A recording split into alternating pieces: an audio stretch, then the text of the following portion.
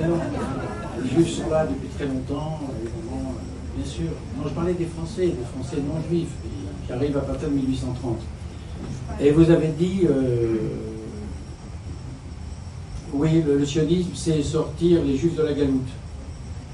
Pas seulement, c'est sortir la galoute de l'esprit des Juifs. C'est pas la même chose. Ça, c'est un autre travail. Deuxièmement, l'antisionisme réservé seulement aux Juifs, je ne crois pas. Je pense qu'avant 1948, c'est un débat intellectuel. Faut-il ou non créer un État juif? Les non-juifs ont parfaitement le droit de participer à ce débat. Ils peuvent considérer que c'est peut-être une bonne solution ou une mauvaise solution. Bon, chacun est libre de penser ce qu'il veut là-dessus. En revanche, là où l'antisionisme ne se justifie plus, c'est après 1948. Après 1948, l'État existe. Bon, on n'allait pas revenir sur la création de l'État, sauf si vous voulez le détruire. Et là, c'est plus l'antisionisme, c'est carrément l'appel au génocide. Carrément. Un vrai génocide, celui-là. Bon. Pas un fantasme. Donc l'antisionisme n'a aucune légitimité après 1948.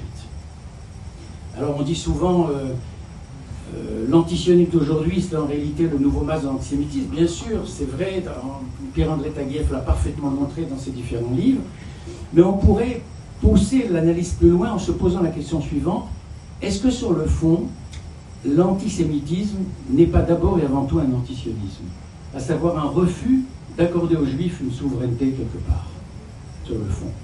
C'est ça, en fait. Troisième point, Gaza, rapport avec le judaïsme. Souvenez-vous de Shabbatai Tzvi, Nathan de Gaza. Nathan de Gaza. Bien sûr que le Gaza avait un rapport avec le judaïsme. Il y a eu longtemps une communauté juive à Gaza, très longtemps. Et même dans les années 30 encore, Gaza était une ville mixte. Il y avait une communauté juive, pas très nombreuse, mais il y avait une communauté juive. Oui.